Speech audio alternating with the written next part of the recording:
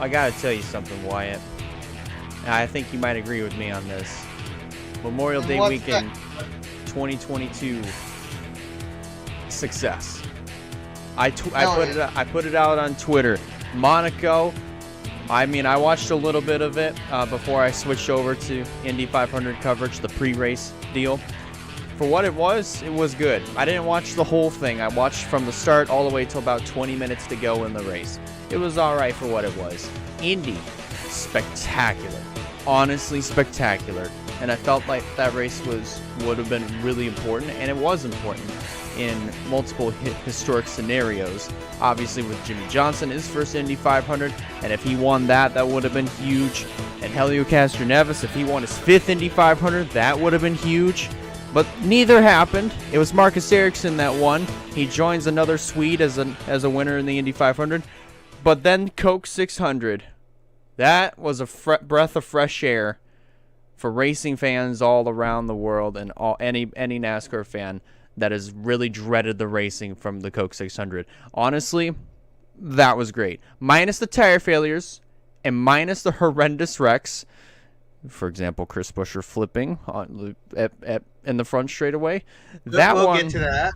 That one, other than that, the racing that we saw, that was awesome. Was really... I can agree, and I think I speak for other people who were at the live reaction. This is probably one of the best Coca-Cola 600s we've had in a long time. I know Josh mentioned like 2013, and I just thought of something pretty interesting on that. He said that's the best racing since 2013. 2013 was the debut for the Gen 6. Yes. So, that being the debut in that spot, it was really good. And, of course, the other years was not the best in the world. But now we got the next gen. The racing was all in all spectacular, almost every single lap.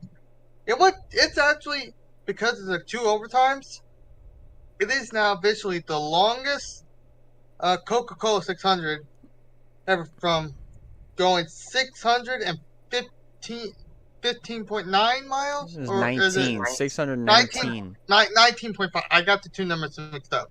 But still, it's still the longest Coca-Cola 600.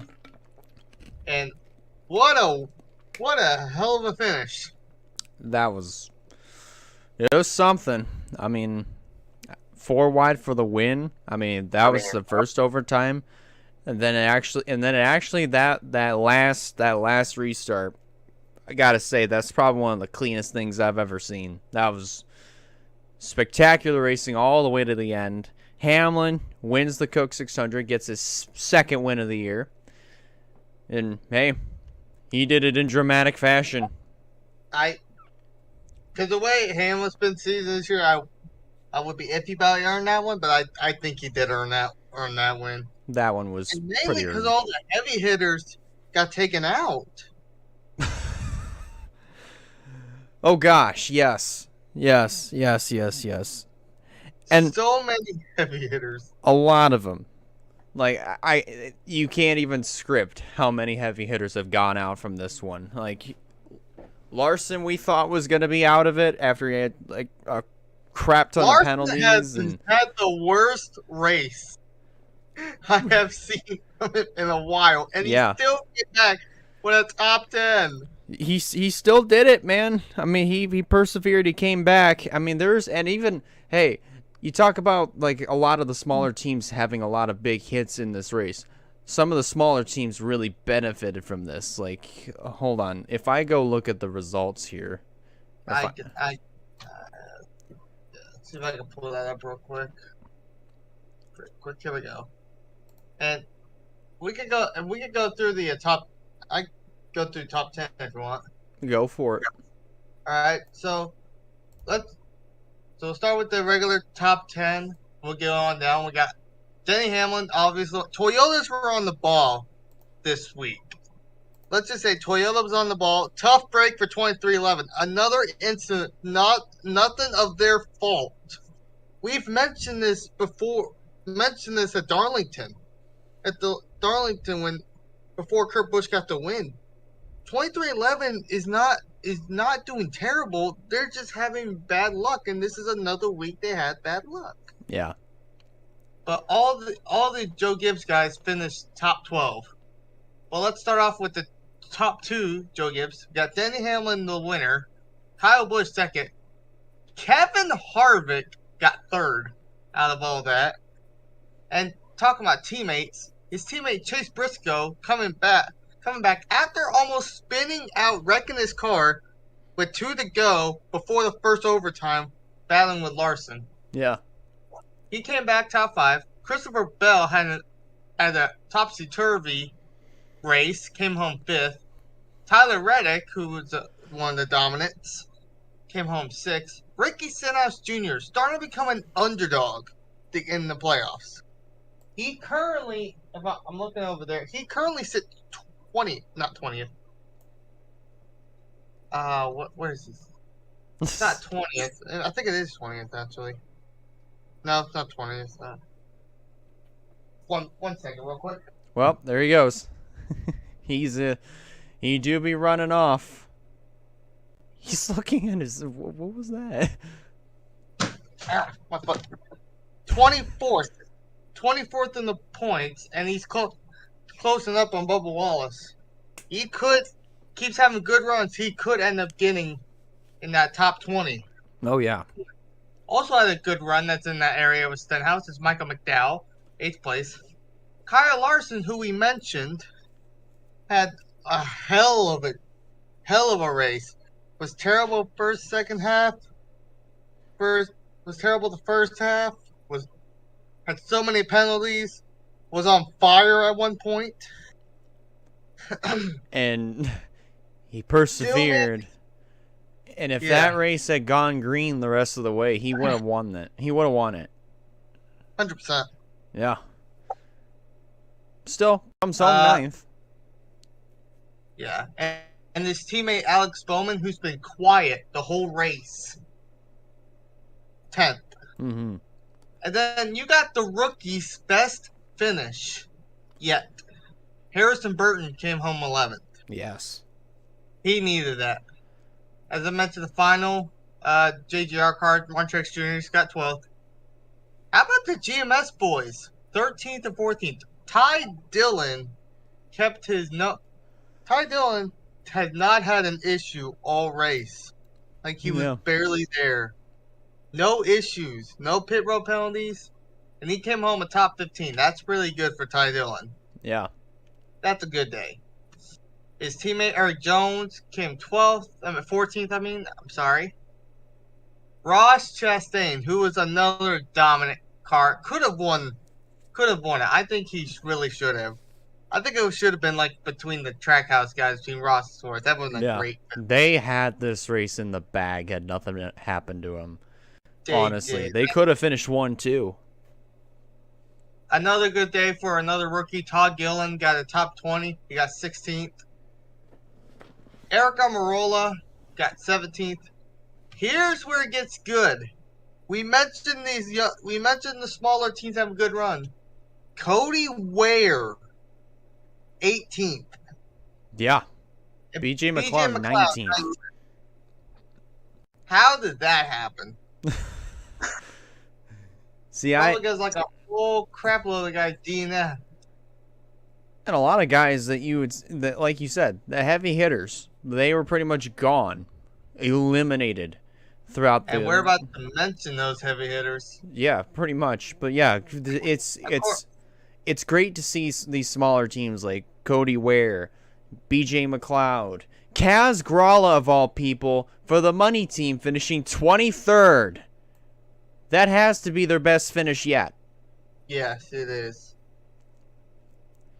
And we'll get back to Kaz Gralla here in a minute. Now, to finish up top 20, we got Laganas in 20th. He wrecked out in that final overtime caution. Also took out Cole Custer, who made a surprising run. Austin Dillon, who had the fresh tires at the end, could have probably made this finish epic. Could have stolen the win. Mm-hmm. Kaz Gralla, you mentioned it, 23rd. Great great finish for that team. Noah Gregson had throttle issues. Daniel Suarez got loose out of 4, could have saved it, got hit by Todd Gilliland, and then hit the next guy, went down, Chris Buescher, and terrible crash for Buescher. Terrible. Yeah. Really, another,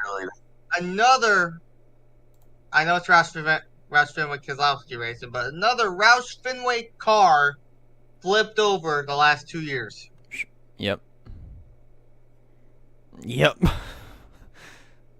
It's sad, but it's true. I don't think I've ever seen a flip at Charlotte since I've heard about that in the Truck Series, and I think it's 17. Yeah, Timothy Peters at Texas. Oh, it was Texas. I'm sorry. Yeah. Wrong track. But I thought it was Charlotte. Oh well. No. But yeah, still pretty. Justin Haley had engine issues. I don't think he just had a blown engine at one point. I don't remember what part, but here's the guy who caused the big one. That's something you don't hear often. The big one at Charlotte. You never hear that anywhere else. There was a bunch of these drivers that still were in that wreck, but the ones who got taken out of it was Ryan Blaney, Brad Keselowski, Kurt Busch, Bubba Wallace. I forgot to mention Bubba Wallace, who did good, but he could not meet minimum speed, so he was parked. Yeah. Then William Byron was involved in that too, another heavy hitter. Byron, Kurt Busch, and Blaney were definitely heavy hitters for this race. And so was Chase. I didn't get to see what happened to Chase Elliott. Yeah. I actually didn't see the big one either, but yeah. So what ended up happening with Elliott was just, I think what happened was when he spun off a 4, and I think he blew a tire, something jacked up the right rear toe in. So that's what screwed him over. Yeah. And then your favorite rookie, Austin Cindric, had an accident. I guess he lost. Did he lose a tire? He lost it. Yeah, everybody's been losing it coming out of turn 4. Well, he didn't lose out of 4. It's just like going into 3, blew a tire. And then Corey LaJoie lost it in 2, and then he just had both Spire cars had a terrible day. And then Ryan Preece, who ironically on what was that lap? What lap was that? I think that was lap 3. Was it lap 3? When there's the three guys these guys are out of the race, but Chris Buescher, Noah Gregson, Ryan Preece all spun out because they lost it out of 3. Actually, out of 1. Actually, it was a front stretch, and literally both Buescher and Preece were like side by side, spinning out. Like they were right next to each other, spinning out. It was funny. Yeah, it was synchronized spinning at its finest right there.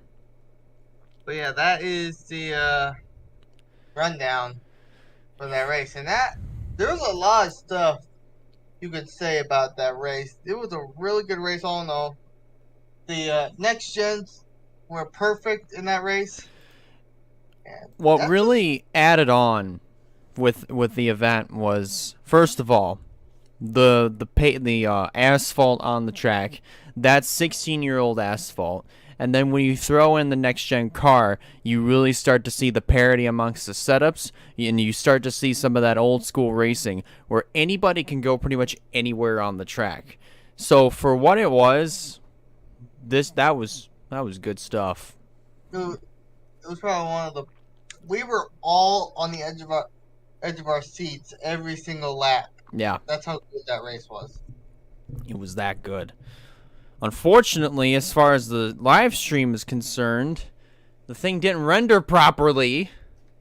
So now it's 11 minutes and 55 seconds flat. It really should be 12 and a half hours and some odd seconds. But yet it's not that. It trimmed out the last 40 minutes or so. Or however odd, something. Oh, well, I know we mainly focus on the Cup Series, but I want to talk about the Xfinity and Truck Series for a little bit, especially the Xfinity Series. Hats off to Josh Berry getting a second win and getting I don't think you'll believe me if I say this. Giving Junior Motorsports their first ever win at Charlotte. Interesting. Never knew that they never won there. I never knew that either. And then they mentioned that Josh Berry became the first junior. He's still new. This is his first full time year in the Xfinity Series, and he has 2 wins right now, Dover and now Charlotte, and this is Junior Motorsports' first ever win at Charlotte. That's awesome. This guy is going to be a championship threat. I promise that. Josh Berry is an underdog championship 4 pick in my opinion. Yeah. I think I'm glad that he was the person they chose to put in that 8, and he is proving us that he deserved there since last year when he got his first win at Martinsville, and then followed it up when he was subbing for Michael Annett in the 1 car, won at Vegas, and now he's won 4th career win. He's won Dover and now Charlotte. He is becoming really good. Yeah, he's mastered his craft, man. He really has. You got Sam Mayer, another name I've mentioned before, who definitely could be a playoff threat. Noah Gregson is 4th, and then their other teammate Allgaier is 7th. Oh yeah. So that was really good all around. And then the Heartbreak Truck Series. Oh yes. The Heartbreak. Yes. So Ross Chastain got the win. The newest Cup Leech got the win. Which honestly, this one he didn't even pull away from it. He was barely. No. He competed, but you wouldn't even consider him a leech this race. It wasn't even his fault. Yeah. He never even dominated. He never dominated. Only led 4 laps at the whole thing. Yeah, and I say heartbreak, and I say it's because Carson Hocevar was leading the final laps, coming to the white, maybe. I think forgot, so. and someone crashed. I do not remember who. I think it was Dean Thompson. Yeah. I don't remember. I can't remember. Maybe it was Jesse Little. I don't remember. But someone crashed and caused a caution. It was him, Priest, Ross Chastain, and I forget the other person. I don't know. I honestly don't. We were coming out turn 2. I think Hocevar may have gotten Priest into the wall a bit, but that's just like coming to a green white checkered. That's just all on the line. He's going for his first win. Yeah. And then he overdrove it into 3, got loose out 4, and put him and Priest in the wall. Which that honestly sucked.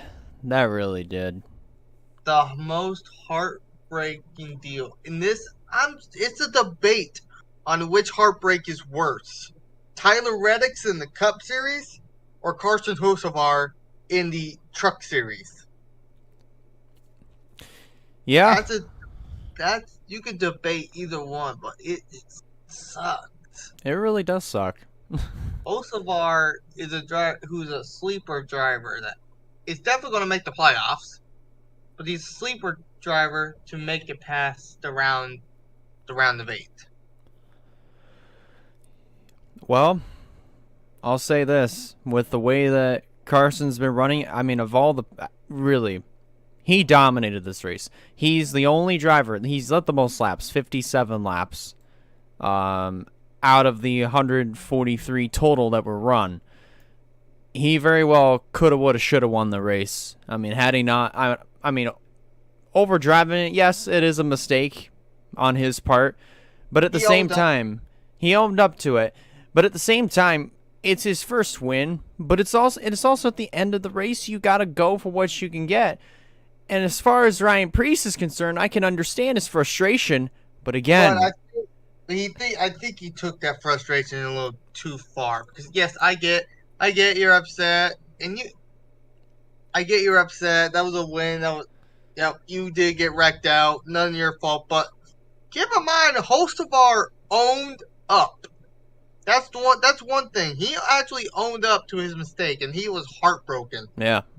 And Priest was right to be angry, but you cannot just just don't be that stupid. Telling young kids don't be that stupid and do them. That's still hard racing though. Right. That's all it is to it. At the end of the day, it was close to the end, and you got to go for what you can get, even if it means putting somebody on the wall. It's not ideal, but it's if you led all those laps and you're going to get screwed out of a win, you have to do whatever to try to get that win. Yeah. And I don't blame Hocevar, but I think he did drive in a little too deep, and every single person was heartbroken. Even the commentators, even Vince Welch, Michael Waltrip, and Kurt Busch, when they were all heartbroken for him. Because he needs a win. Yeah. And I hope it comes soon. If he runs good at Gateway, he'll definitely win. You want me to mention points before we get to some topics? I think for now let's leave the points alone. So all right. As far as topics, I'm not 100% sure on what there is to talk about here. There's one, and I would love to talk about this one. Oh. The leader. I'm mentioning this right now, and I said this previous before recorded. The current playoff points leader is Ross Chastain on the playoffs grid deal is Ross Chastain. Yeah. But the team that he's in just made, after we got done pre-recording, made it. Uh-oh. I think his Wi-Fi is taking a piss. Oh no. Yeah, he's completely frozen. The listeners on Spotify won't see it, but if you go on the YouTube, you'll see it. He's just frozen. He's just completely frozen. But why I believe was going to bring up. Oh, there we go. Yes. Sorry about that. My internet just went for a crap for a little bit there, but anyways, what I was saying was, Trackhouse is the top of the is like the playoff grid, but his team owners for Trackhouse just made an announcement after we got done pre-recording the last episode. That next day, Trackhouse made an announcement saying they're doing Project 91. The first guy that they're going to be bringing up, of all people, is Kimi Räikkönen. Kimi Räikkönen. And just a legendary F1 driver in his own right. Man, like, it doesn't get any better than that. First race for that 91 car is going to be a Watkins Glen. That's going to be the only one for this year. But there's going to be more races planned out for next year. And part of the target reasoning for Project 91 is to bring more international drivers to the road courses for the Cup Series. And that, I think that's a great thing. because if you really take a look at some of the entry lists for like on the Cup side at like Watkins Glen and Sonoma, for instance, the last time that we had international like road course racers, I'd have to say was 2013 at Watkins Glen. So you've got drivers like Ron Fellows, Victor Gonzalez Jr., for instance. Just name a few. I thought Boris said did a Cup Series race later on, not past 13. No, that's the thing. He's not an international road course driver, though. He's not. No. He's not international. I thought he was. My bad. No, he's American. Oh. But yeah, like people like Ron Fellows and Victor Gonzalez. Ron Fellows is Canadian. Oh, here's another one. Owen Kelly. Owen Kelly's another guy that has raced in the Cup level since 2013. I got one. I got one. You'll love this one. He has a race in the Cup Series since the year after that. Ambrose. That'd be a good selection. I mean, I don't know. I would love to see that. I don't know if he'd be up to it, but you never say never. Marcus Ambrose is a guy that is left randomly, and just I haven't really heard much information about him. I know he was a really good driver. Richard Petty won both Watkins Glen races back to back in 11 and 12. Yep. And he was not a terrible driver. He was pretty good. And then he's a good road course guy. For what he was great. Honestly, really great. And now I think about it, you mentioned international drivers. He's just a driver I just now thought of. Yeah. That would be a perfect driver to add. And you mentioned all those names. And hell, I think Helio, a couple other drivers I can name that might try to do it. For some reason, I don't know if he's not from America or not, but when I think international, I kind of think like Indy, Formula One, all that. I kind of think drivers like Helio Castroneves could be someone that could do that. Maybe Lewis Hamilton? Maybe. I mean, he did a seat swap with Tony Stewart way back then, so, I mean, I think he could do it. It wouldn't surprise me if you see some drivers from other series come up and do this. And I think that's kind of Trackhouse's goal. Mm-hmm. And I applaud them. This is going to be really cool, and I'm actually looking forward to that. That's honestly the best thing that Trackhouse can do. I mean, just to bring that international side back into the sport. Something that the sport has been really lacking on road courses recently. More particularly on the Cup side, to be more specific. They need this. They really need this. And you think in the Cup Series, you barely had any road course aces. The only road course ace, there's only a few of them.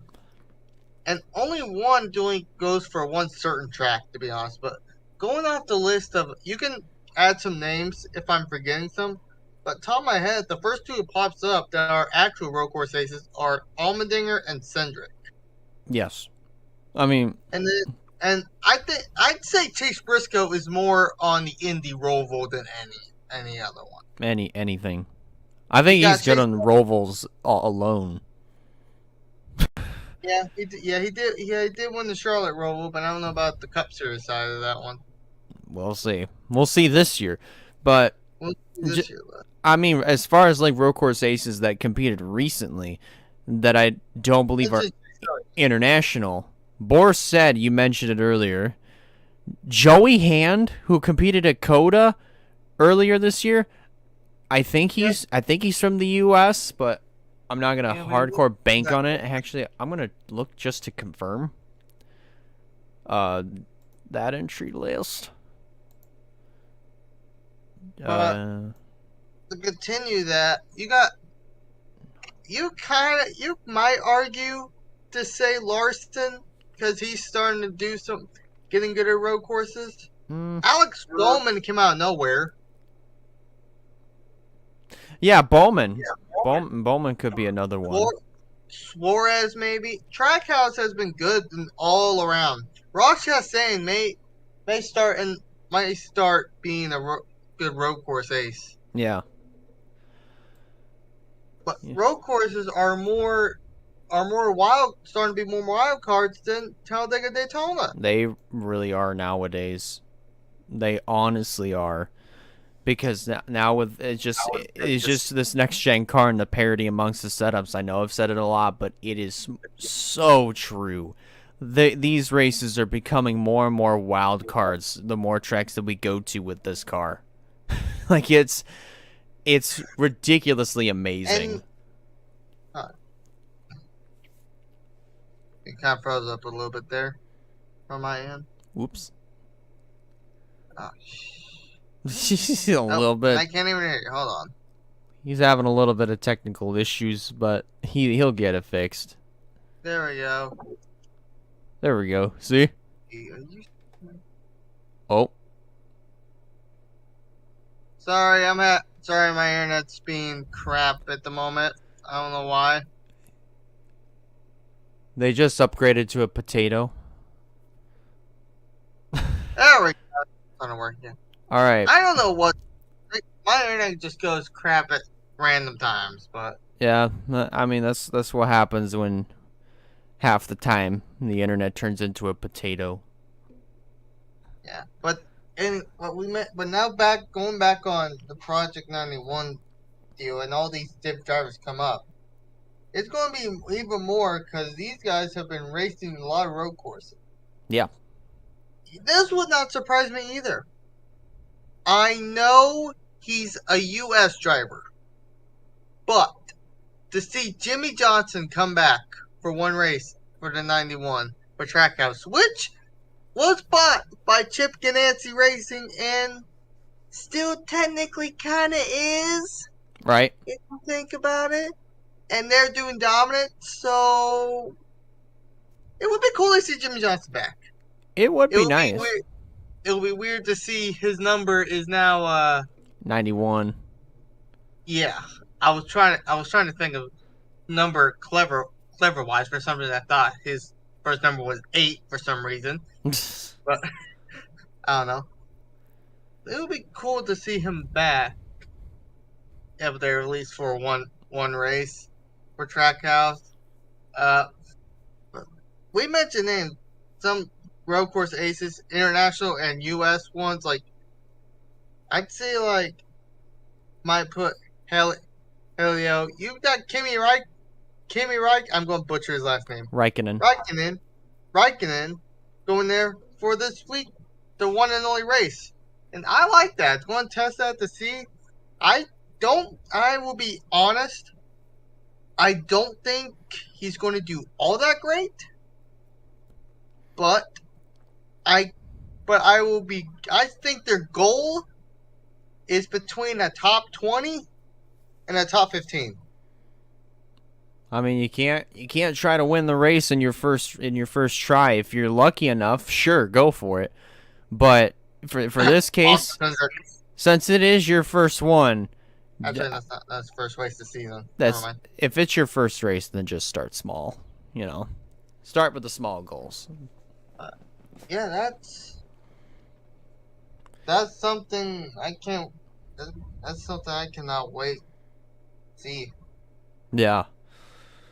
Well, all right. I guess that's really the only other topic that I think is actually that's big for the time being. So why don't we go ahead? Talk about good old Gateway, and also Portland as well. We know what to expect with Gateway because it's one. Technically, we only know that for the truck series. Just for trucks though. We don't know for the Cup series. See, it's Cup side, I believe.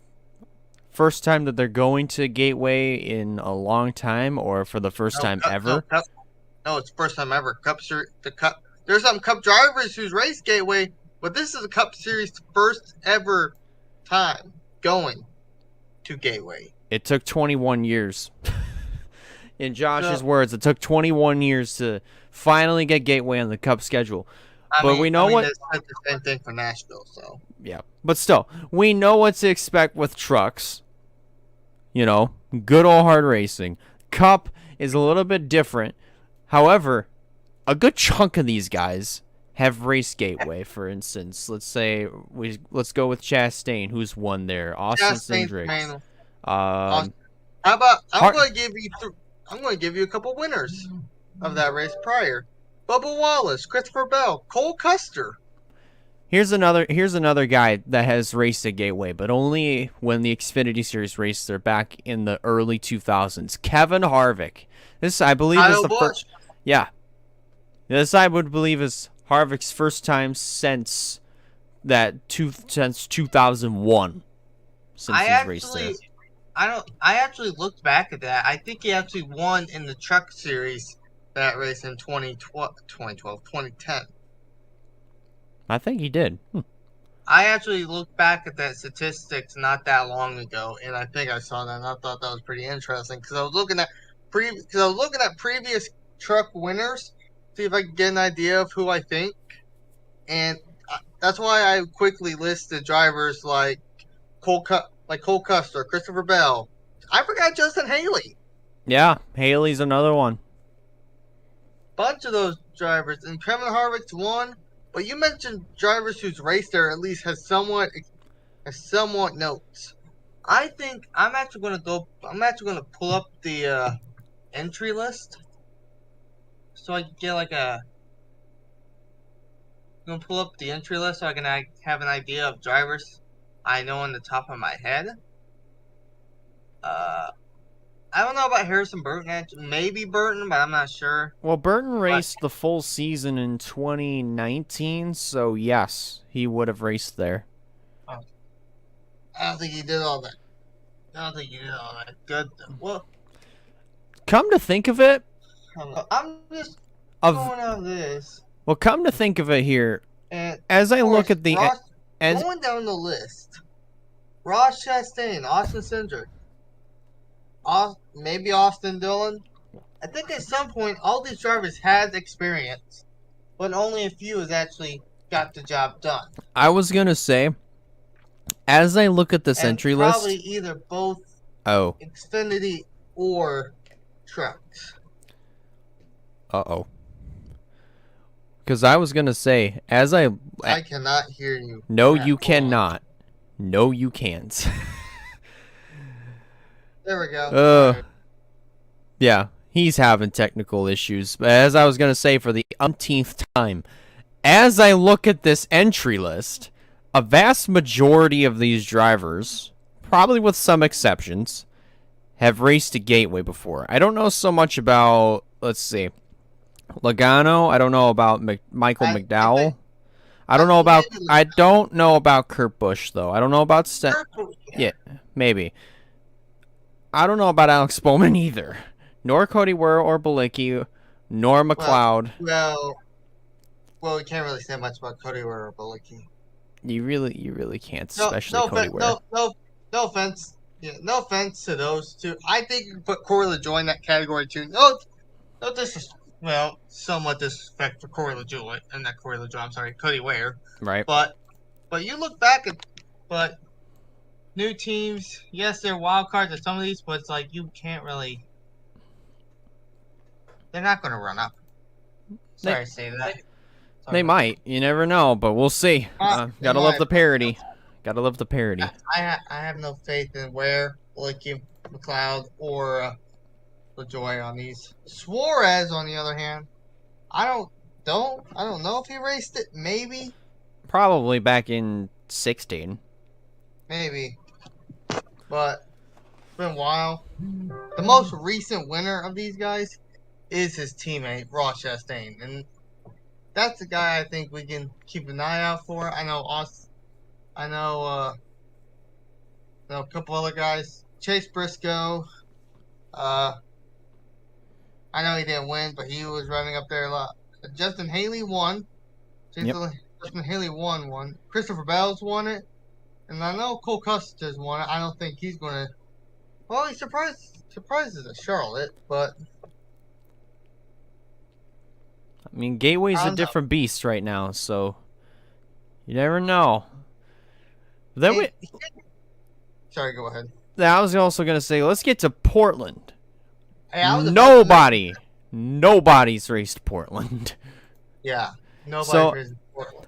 but this is the first time that NASCAR has gone there since 2001. But this is with the Xfinity Series, and I don't believe the Xfinity Series has ever gone to Portland. So pretty much every single driver here is going into that racetrack completely blind. So do you think that that's going to make for an interesting one? It will be, and I'm looking at the list of drivers here, and I'm trying to think who would try to come out on top more than anyone else. Top of my list is 100% AJ Allmendinger. Yeah. Really, Allmendinger, to be sorry, go honest, ahead. Allmendinger is probably the best candidate. That's the only other Maybe, one you can think of. I got one more to maybe. I'm going to go on a limb on this one, actually. You can kind of say, and you can kind of say Andy Lally. Yeah. I mean, he's driving for what is right now, I think, in my personal opinion, a C team. So, I mean, you never know. You could get something happen, get something done. I mean, Wait, go ahead. but let's see. So let's see some of the road course ringers that I think are going to be here. Scott Heckert driving the 5. You even got, obviously, Allmendinger. Connor Mosack, I think, is a road course ringer, too. He's driving the 18. Parker Chase is another one. Let's see. Patrick Emmerling. No, I don't think he's... Oh, no, he's run. I think he's running full-time. Anyways, Darren Dilly driving the 38. And then, yeah, Mason Philippi in the 91. Spencer Pumpelli in the 108. Or the 08 in this case. And that's really all the road course guys that I think are going to be taking part in this one. But Now I'm trying to think back to Coda. I'm trying to think back and think who all ran up there. So I know Allmendinger won the race. I'm trying to think. It's like who all had a good. I'm actually going to go back and look at that finish. Not finish the. oh gosh.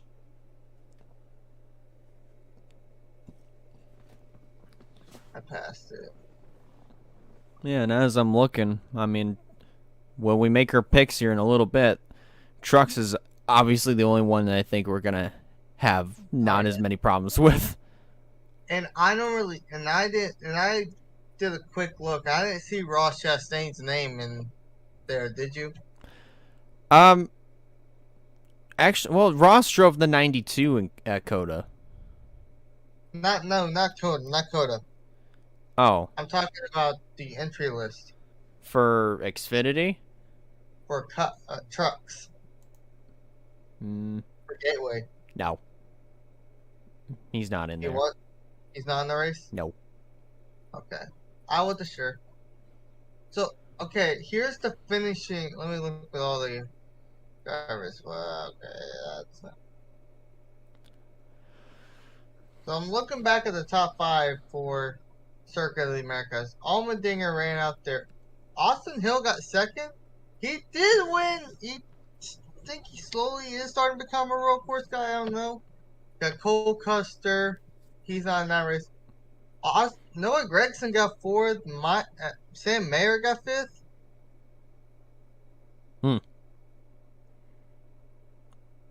Mike Snyder, Brett Moffitt, Jay Buford had his best finish. Miguel Blue was not in the race, but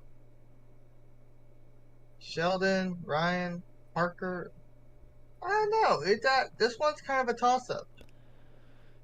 Yeah, Portland, I think, is probably going to be the only other track that will be a toss-up on the Xfinity schedule, so we'll just have to... I guess when it comes to picks, we're just going to go into this one blind. Yeah. And at least we have an entry list to help us out too. That's a good thing. Thank the Lord for that. But alrighty, I think we're at that point. So it is time to go ahead and make our predictions. For those that are brand new to this show, here's how we do them. Back when we used to do them on what was formerly the Pit Stop Show. We give you the driver who we think is going to win. That's pretty simple, pretty easy. Driver to stay away from is the guy that hasn't really been doing all that well. Dark Horse is the exact opposite. And like I said, Trucks I think is the one we're going to have the least amount of issues with. Xfinity and Cup, a little bit of a different story, but should make for some really bold picks when it comes to both of them. So I guess in this case, Wyatt, you're up first. My order of well, not the order of how I do my predictions, but the prediction series order might be different for me this time because I'm gonna go easiest to hardest. That one. So in my opinion, so I'm just gonna go Trucks, Cup, then Xfinity because we know Trucks is good. Xfinity's going to be the hardest one to go since we're going blind with nothing. Yeah. And the Cup Series, we at least have some drivers who's raced it, so we won't be as blind. Yeah. I'll make sure I'm behind that. So starting off with the Dark Horse.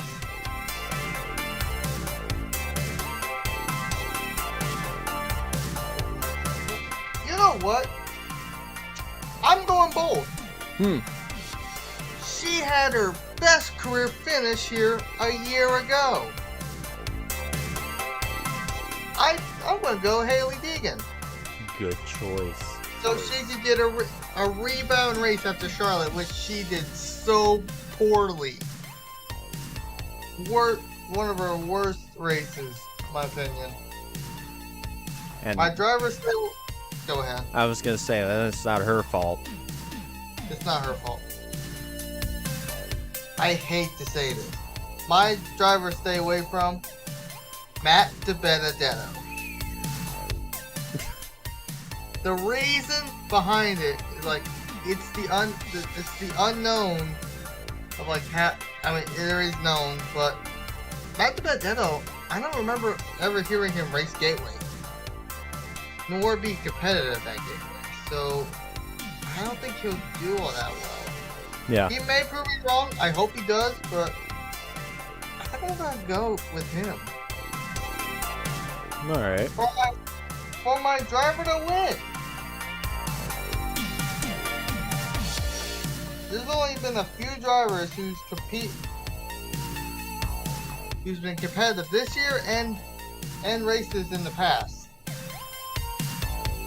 I think I'm gonna go. This one's kind of a toss-up between two, but I'm going with my gut. I'm going with John Hunter Nemechek. That's actually, I'd say that's a really good one. Nemechek's won this race in the past. I think he'll get it. All right.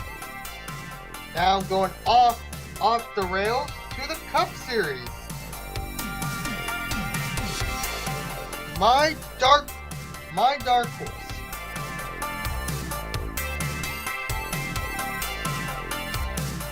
I'm gonna go with him. My Oki brother, Christopher Bell. Good choice. My driver to stay away from. We mentioned his name. I don't ever remember hearing him racing at Gateway. This is the time where 2311 just won't do the best. At least for this driver. I'm going to go Kurt Busch. I was looking right at his name when you said that. But my driver to win, this is a no-brainer. He's the most recent truck of all the regular guys. He's the most recent truck driver to win. Not just last week, but the last time he was in the truck race at Gateway. Yeah. Ross Chastain. I think that's a no-brainer. Well, let's hope that's correct.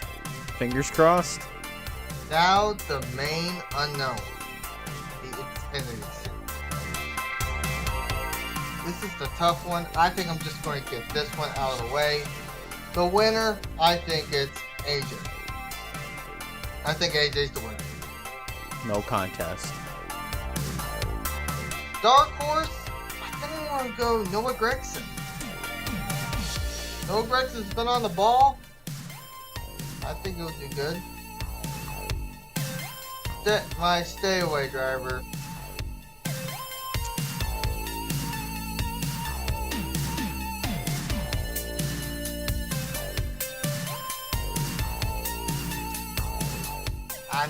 I think I'm probably going to just go with him. I'm going to go Daniel Hemrick. Oh. Yeah. Dang, brother. All right. Dang, brother. That is pretty interesting. Really interesting predictions. Yeah. But all right. I guess in this case, it is my turn. So here we go for this one. Unlike Wyatt, I think I'm just going to go with series order from bottom to top. My driver to win for the Truck Series at Gateway, I'd say it's gonna be interesting. Probably a no-brainer in this one. John Hunter Nemechek. Nemechek's the guy that I think is gonna get it done for another year. Driver to stay away from, on the other hand, I think I'm gonna go for Chase Purdy. I really don't hear a lot about him. In these races. I mean, there are races where I think he's done well, but the numbers really don't back him up. So I think he'll be a guy to stay away from. Dark horse, I like the direction that you took, but I'm gonna go a different direction. Like I said, he's gonna win. Carson Hocevar. I was thinking Hocevar is that list too. But he wasn't the other guy I was thinking. I was thinking about putting him, but I just didn't think Hocevar would have won, but I think he would have been a good dark horse. So I was thinking about it. He could have. I mean, he very well could have been. I mean, if Nemechek doesn't win, I'm hoping Hocevar does. Xfinity. Sorry to mention this, but you can't count out Zane Smith either. He's been on the ball lately. No, you can't. He was another guy I was thinking about for the win. But anyways, continue. No contest for Portland. Winner, Allmendinger. No contest. Driver to stay away from. I'm gonna have to say Sheldon Creed for this one. Because like I said, he's a good, like I said once, he's a good driver. But just unfortunately, like, Lady Luck really hasn't shown him the good hand at all. Like, he'll run good, but something will happen to him where he'll just get completely screwed over. And it's not his fault. It's not his fault. I just, unfortunately, don't think he's going to do all that well at Portland. Dark horse, on the other hand, I'm going to say, on the contrary, Sam Mayer is going to be my dark horse. And now for the Cup Series at Gateway. Driver to win. I think this one is also no contest. Ross Chastain is going to be the guy to win. Driver to stay away from. Probably going to have to go for... Ooh.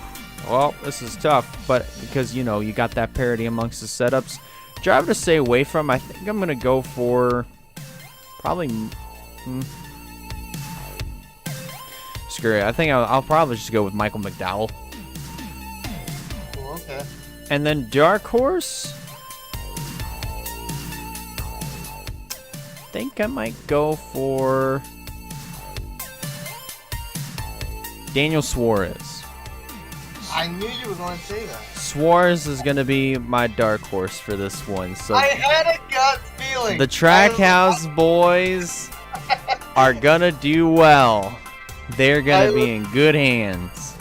I was literally, when you were thinking about, I'm like, my head just went straight to Suarez, and then you sound like, I called that. I literally called that. Right. Well, all right. I'm pretty sure there's nothing else that we really do need to bring up. So in this case, any final thoughts before we get the Gateway / Portland weekend underway?